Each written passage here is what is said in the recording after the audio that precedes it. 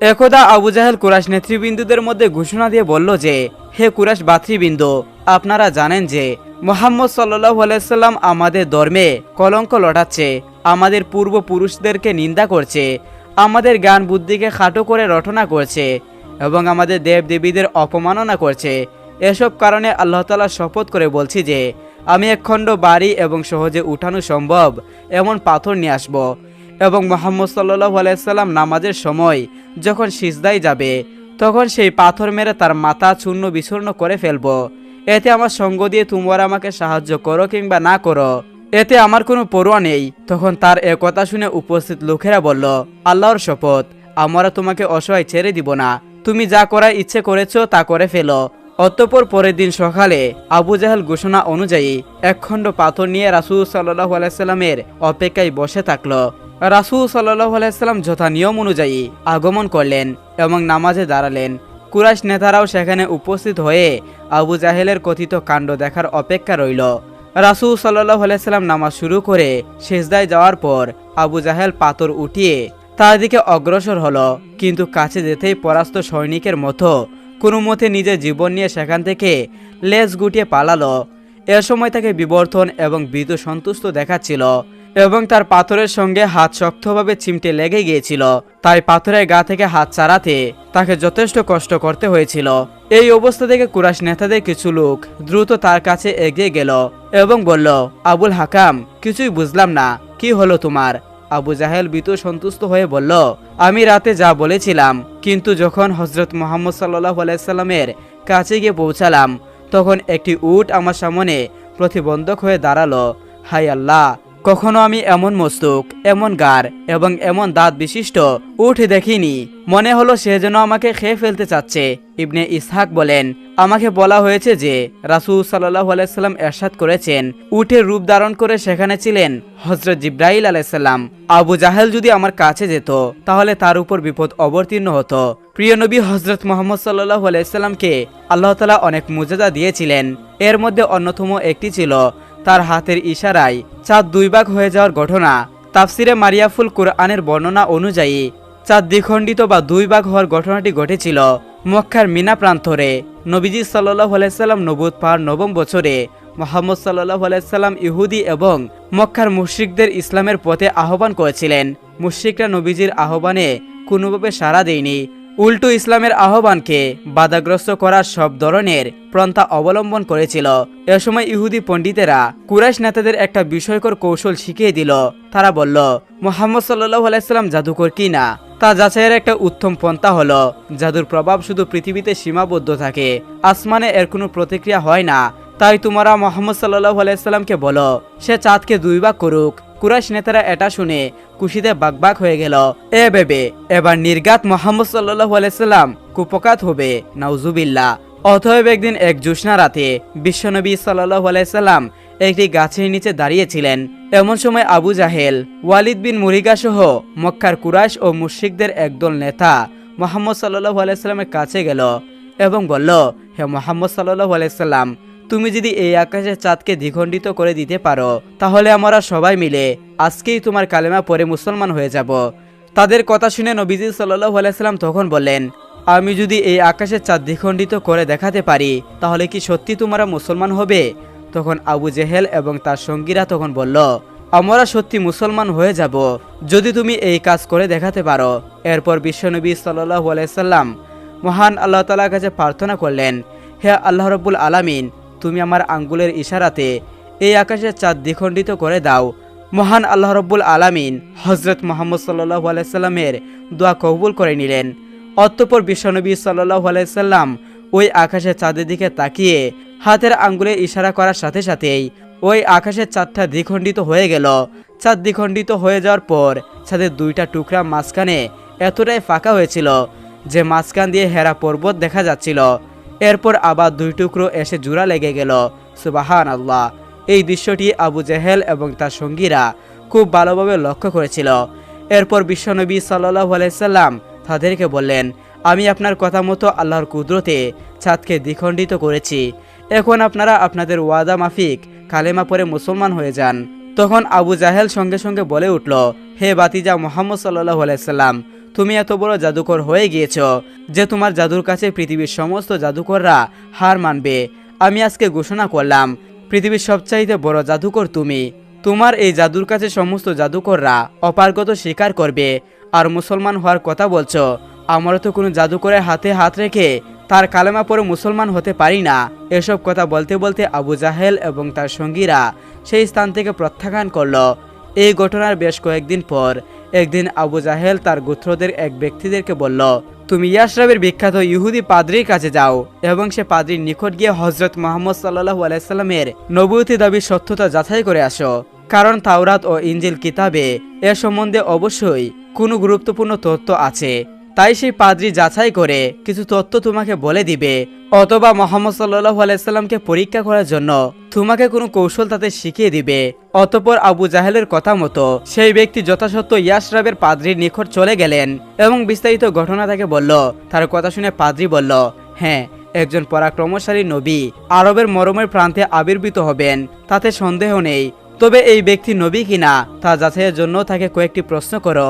যদি প্রশ্নসমূহের জবাব তাওরাত ও ইনজিল কিতাবের সাথে মিলে যায় তাহলে বুঝতে হবে তিনি খাঁটি নবী, আর যদি না মিলে তবে বুঝে নিবে সে নবুয়তের ভুয়া দাবিদার। প্রশ্ন কয়টি হলো, রূহ কি জিনিস, আসহাবে কাহাফ কারা, তারা কতজন এবং তাদের বর্তমান অবস্থা কি, জুলকারনাইন কে ছিলেন, তার জীবনের উল্লেখযোগ্য ঘটনা কি ছিল।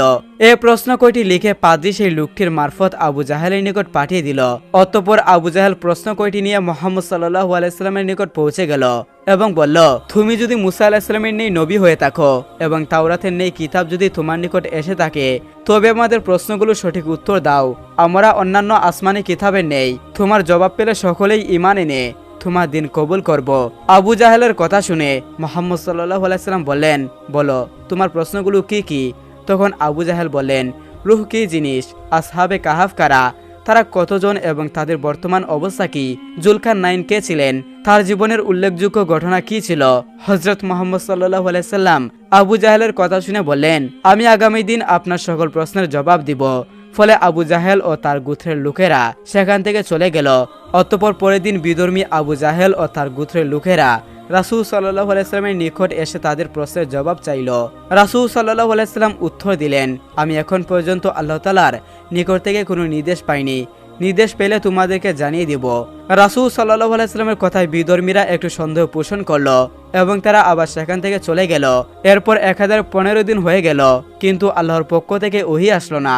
এই দীর্ঘ সময়ের মধ্যে কাফেররা তাদের জবাব না পেয়ে আবার তারা রাসূল সাল্লাল্লাহু আলাইহি সাল্লামের কাছে এসে বিরূপ মন্তব্য করতে শুরু করলো। কেউ কেউ রাসূল সাল্লাল্লাহু আলাইহি সাল্লামকে বলল, হে মুহাম্মদ, তোমার খোদা কি তোমাকে ছেড়ে দিয়েছে, না তোমার নবুয়তি চিনিয়ে নিয়েছেন, না হলে তুমি প্রশ্নগুলোর জবাব দিতে এত বিলম্ব করছে কেন। এইভাবে তারা আসতো এবং রাসূল সাল্লাল্লাহু আলাইহি সাল্লামকে টাটকা করে চলে যেত। রাসূল সাল্লাল্লাহু আলাইহি সাল্লাম ধর্মদ্রোহীদের বিদ্রুপ উক্তিতে খুবই বিষণ্ণ হয়ে পড়লেন এবং আল্লাহর দরবারে আরজ করলেন, কাফেরদের প্রশ্নের জবাব জানতে চাইলেন। আল্লাহ তাআলা রাসূল সাল্লাল্লাহু আলাইহি সাল্লামের আজের জবাব প্রথমে জানালেন, হে নবী, আপনি ইনশাআল্লাহ না বলে কাফেরদের নিকট জবাব দেওয়ার অঙ্গীকার করেছেন, এটা আপনার সবচেয়ে বড় ভুল। সেজন্য আপনি 15 দিন পর্যন্ত আল্লাহর পক্ষ থেকে কোনো জবাব পাননি। আগামীতে যেন এরকম ঘটনা না ঘটে। অতএব আল্লাহ তাআলা রাসূল সাল্লাল্লাহু আলাইহি সাল্লামকে বললেন, হে রাসূল, কাফের কুল আপনার নিকট যে প্রশ্ন করেছে তা তারা জানার জন্য করেনি, বরং আপনাকে জব্দ করার উদ্দেশ্যে করেছে। আপনি তাদের সঠিক জবাব দিলেও তারা ঈমান আনবে না। তবুও আপনার শ্রেষ্ঠত্ব বজায় রাখার জন্য আপনি তাদের জবাব দিয়ে দেন। তারা রূহ সম্পর্কে প্রশ্ন করেছে, আপনি বলে দিন, রূহ শুধুমাত্র আল্লাহ তাআলার একটি আদেশ মাত্র। ইহা দেখা বা স্পর্শ করা, অনুভব করা জিনিস নয়। আসহাবে কাহাফ ছিল মোট 7 জন ব্যক্তি। তারা একজন জালিম রাজার কাছে তাদের বশ্যতা স্বীকার না করে একটি গুহায় আশ্রয় নিয়েছিল। অতঃপর তারা এক ঘুমে 309 বছর কাটিয়েছিল এবং শেষ পর্যন্ত তারা মৃত্যুর কোলে ঢলে পড়েছিল। জুলকারনাইন সম্বন্ধে আমি আপনাকে বিস্তারিত অবগত করেছি। জুলকারনাইন সমগ্র পৃথিবীর বাদশা ছিলেন। তিনি আল্লাহ রাব্বুল আলামিনের আদেশক্রমে পৃথিবীর এক প্রান্ত থেকে অপর প্রান্ত পর্যন্ত সফর করেন এবং মানুষকে হেদায়েত করেন। অতঃপর পরের দিন আবু জাহেল ও তার গোত্রের লোকেরা রাসূল সাল্লাল্লাহু আলাইহি সাল্লামের কাছে আসলো। তখন রাসূল সাল্লাল্লাহু আলাইহি সাল্লাম তাদের সমস্ত প্রশ্নের জবাব দিলেন, কিন্তু তা সত্ত্বেও তারা নবীজির উপর ঈমান আনলো না। আসলে মহান আল্লাহ রাব্বুল আলামিন আবু জাহলের ভাগ্যে মুসলমান হওয়াটা লিখে রাখেননি। একদিন এক বৃদ্ধ মহিলা অনেকগুলো কাপড় চোপড় এবং মালপত্র নিয়ে তার বাড়ি থেকে কোথায় যেন চলে যাচ্ছিল। ঠিক এমন সময় বিশ্বনবী সাল্লাল্লাহু আলাইহি সাল্লাম সেই বৃদ্ধা মহিলার কাছে এসে দাঁড়ালো এবং বিশ্বনবী সাল্লাল্লাহু আলাইহি সাল্লাম মহিলাকে বলল, মা, আপনি বৃদ্ধা মানুষ, এতগুলো মালামাল নিয়ে আপনি তো যেতে পারবে না, তাই আপনার মালামালগুলো আমাকে দিন, আমি নিয়ে যাচ্ছি। বৃদ্ধা মহিলা তখনও কিন্তু নবীজিকে চিনতে পারলেন না, শুধুমাত্র তার নাম শুনেছিলেন। তাই বৃদ্ধ মহিলা নবীজিকে বলল, তুমি যদি এই উপকারটুকু করো তাহলে আমার জন্য তো ভালোই হয়, আমার খুব কষ্ট হচ্ছিল এগুলো নিয়ে যেতে। অতঃপর নবী করিম সাল্লাল্লাহু আলাইহি সাল্লাম বৃদ্ধা মহিলার মালামালগুলো নিয়ে সামনের দিকে হেঁটে চললেন। হাঁটতে হাঁটতে একটা সময়ে বিশ্বনবী সাল্লাল্লাহু আলাইহি সাল্লাম এক জায়গায় দাঁড়িয়ে বৃদ্ধা মহিলাকে বলল, আপনি এইসব মালপত্র গুছিয়ে কোথায় যাচ্ছেন? তখন বৃদ্ধা মহিলা বলল, বাবারে, দুঃখের কথা আর তোমাকে কি বলবো, এই মক্কা নগরীতে নাকি একজন জাদুকর এসেছে, যে তার সাথে কথা বলে সে নাকি তার জাদুতে মুগ্ধ হয়ে মুসলমান হয়ে যায়। আমি এতদিন যাবৎ মূর্তি পূজা করে এসেছি, কোনোদিন আমার বাপদাদার ধর্ম ছাড়তে পারবো না। তাই আমি যাতে এই জাদুকরের সামনে না পড়ি সেজন্য আমি আমার এই বাড়ি ছেড়ে অন্যত্র চলে যাচ্ছি। হযরত মুহাম্মদ সাল্লাল্লাহু আলাইহি সাল্লাম তার মুখে এই কথা শোনার পর আর কিছুই বললেন না। অতঃপর তিনি সামনের দিকে হাঁটতে লাগলেন। একটা সময় বিশ্বনবী সাল্লাল্লাহু আলাইহি সাল্লাম ওই বৃদ্ধা মহিলার গন্তব্যস্থানে এসে পৌঁছালেন। তারপর নবী করিম সাল্লাল্লাহু আলাইহি সাল্লাম মালামালগুলো নামিয়ে চলে যাচ্ছিলেন। ঠিক এমন সময় পিছন দিক থেকে নবীজিকে ডেকে বৃদ্ধা বললেন, বাবা, তুমি তো চলে যাচ্ছ, কিন্তু তোমার পরিচয়টা তো জানতে পারলাম না, তুমি তোমার পরিচয়টা একটু বলো। তখন নবী করিম সাল্লাল্লাহু আলাইহি সাল্লাম বৃদ্ধ মহিলাকে বলল, মা, আপনি যাকে জাদুকর বলছেন আমি সেই মুহাম্মদ। তখন বৃদ্ধ মহিলা নবী করিম সাল্লাল্লাহু আলাইহি সাল্লামের দিকে অবাক হয়ে তাকিয়ে থাকলেন। অতঃপর বৃদ্ধা মহিলা নবী করিম সাল্লাল্লাহু আলাইহি সাল্লামকে বলল, তুমি যদি সেই জাদুকর হয়ে থাকো, আমিও তোমার জাদুতে বশিত হয়ে গিয়েছি, তুমি এক্ষুনি আমাকে কালিমা পড়িয়ে মুসলমান বানাও। অতঃপর নবী করিম সাল্লাল্লাহু আলাইহি সাল্লাম ওই বৃদ্ধ মহিলাকে কালিমা পড়িয়ে মুসলমান বানিয়ে দিয়েছেন। একদিন নবী করিম সাল্লাল্লাহু আলাইহি সাল্লামের একজন সাহাবী মারা গেলেন। রাসূল পাক সাল্লাল্লাহু আলাইহি সাল্লাম ওনার জানাজার নামাজ পড়ালেন। তারপর একদল সাহাবী মৃতদেহ কবর দেওয়ার জন্য কবরস্থানে নিয়ে আসলেন। সবার সাথে আমাদের নবীজিও হেঁটে হেঁটে আসছিলেন। দুইজন সাহাবী কবর খুঁড়তে শুরু করলো। সবাই মৃতদেহকে ঘিরে বসে আছে, কবর খনন শেষ না হওয়া পর্যন্ত অপেক্ষা করছেন। সবাই চুপচাপ, নীরব ও শান্ত একটি পরিস্থিতি। নবীজি গভীর মনোযোগ দিয়ে কবর খুঁড়া দেখছিলেন। একটু পর সবার দিকে তাকিয়ে জিজ্ঞাসা করলেন, তোমরা কি জানো মানুষ মারা যাওয়ার পর তার আত্মার কি হয়? সবাই খুব আগ্রহ নিয়ে নবীজিকে বললেন, ইয়া রাসূলুল্লাহ, আমাদেরকে বলুন। নবীজি একটু চুপ করে থাকলেন। সবাই ওনার কাছে এসে ঘিরে বসলেন। মৃত্যুর পর আত্মার কি হয় এই তথ্য তাদের জানা ছিল না। আজ সেটা নবীজির মুখে শুনবেন। কত বড় সৌভাগ্য! শোনার জন্য সবাই অধীর আগ্রহে নবীজির কাছে এসে বসলেন। তিনি একবার কবরের দিকে তাকিয়ে মাথাটা তুলে আকাশের দিকে তাকালেন। তারপর তিনি গল্পের মতো বলতে শুরু করলেন, শুনো, যখন মানুষ একেবারে মৃত্যুশয্যায়, তখন সে মৃত্যুর ফেরেশতাকে দেখে ভয় পেয়ে যায়। কিন্তু যে বিশ্বাসী ও ভালো মানুষ, তাকে মৃত্যুর ফেরেশতা হাসি মুখে সালাম দেয়, তাকে অভয় দেন এবং মাথার পাশে এসে ধীরে ও যত্ন করে বসেন। তারপর মৃত্যুশয্যায় মানুষটির দিকে তাকিয়ে বলেন, হে পবিত্র আত্মা, তুমি তোমার পালনকর্তার ক্ষমা ও ভালোবাসা গ্রহণ করো এবং এই দেহ থেকে বের হয়ে আসো। মুমিনের আত্মা যখন বের হয়ে আসে তখন সে কোনো রকম ব্যথা ও বেদনা অনুভব করে না। নবীজি সাল্লাল্লাহু আলাইহি সাল্লাম আরও একটু ভালো করে উদাহরণ দিয়ে বললেন, মনে করো একটি পানির জগ কানায় কানায় পূর্ণ হয়ে যাওয়ার পর উপর থেকে এক ফোঁটা পানি যেমন নিস্তব্ধে উপর থেকে নিচে আসে, ঠিক তেমনি নীরব ও কষ্ট ছাড়াই আত্মাটি তার দেহ থেকে বের হয়ে আসে। সেই সময় দুইজন ফেরেশতা বেহেশত থেকে খুব সুগন্ধি মাখানো একটা নরম সুতার চাদর নিয়ে আসে এবং তারা আত্মাটিকে সেই চাদরে আবৃত করে আকাশের দিকে নিয়ে যান।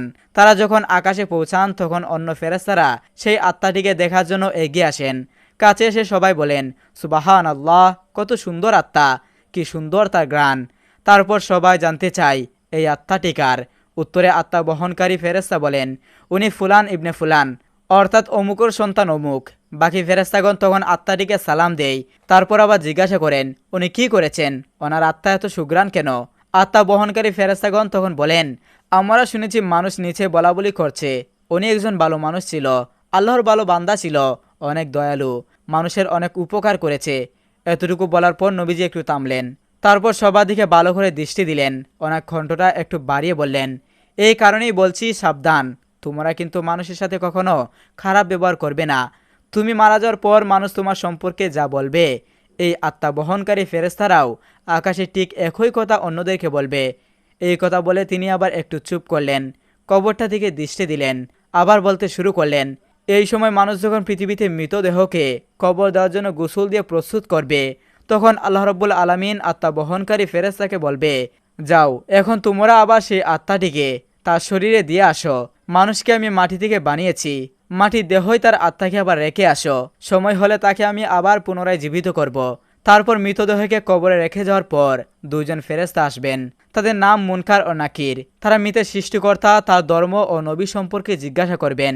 মুনকার নাকির চলে যাওয়ার পর আত্মাটি আবার অন্ধকার কবরে একাকী হয়ে যাবে।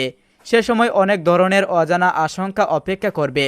কোথায় আছে, কি করবে, এক অনিশ্চয়তা এসে তাকে ঘিরে ধরবে। এমন সময় সে দেখবে খুব সুন্দর একজন তার কবরে তার সাথে দেখা করতে এসেছে। তাকে দেখার পর আত্মাটি ভীষণ মুগ্ধ হবে।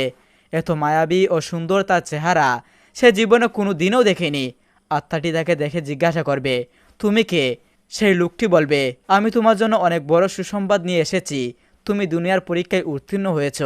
তোমার জন্য আল্লাহ রাব্বুল আলামিন জান্নাতের ব্যবস্থা করেছেন। তুমি কি সেটা একটু দেখতে চাও? আত্মাটি ভীষণ খুশি হয়ে বলবে, অবশ্যই আমি দেখতে চাই, আমাকে একটু জান্নাত দেখাও। লোকটি বলবে, তোমার ডান দিকে তাকাও। আত্মাটি ডানে তাকিয়ে দেখবে কবরের দেওয়ালটি আর সেখানে নেই। সেই দেওয়ালের দরজা দিয়ে অনেক দূরে সুন্দর বেহস্ত দেখা যাচ্ছে।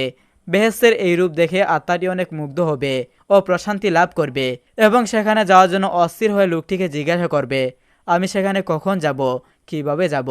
লোকটি মৃদু হেসে বলবেন, যখন সময় হবে তখন তুমি সেখানে যাবে ও থাকবে। আপাতত শেষ দিবস পর্যন্ত তোমাকে অপেক্ষা করতে হবে। ভয় পেও না, আমি তোমার সাথেই আছি। তোমাকে আমি সেই দিন পর্যন্ত সঙ্গ দিব। আত্মাটি তখন তাকে আবার জিজ্ঞাসা করলো, কিন্তু আপনি কে? তখন লোকটি বলল, আমি তোমার এতদিনে আমল, পৃথিবীতে তোমার সব ভালো কাজের, তোমার সব পণ্যের রূপ আমি। আজ তুমি আমাকে একজন সঙ্গীর মতো করে দেখছো। আমাকে আল্লাহ রাব্বুল আলামিন তোমাকে সঙ্গ দেওয়ার জন্য এখানে পাঠিয়েছেন।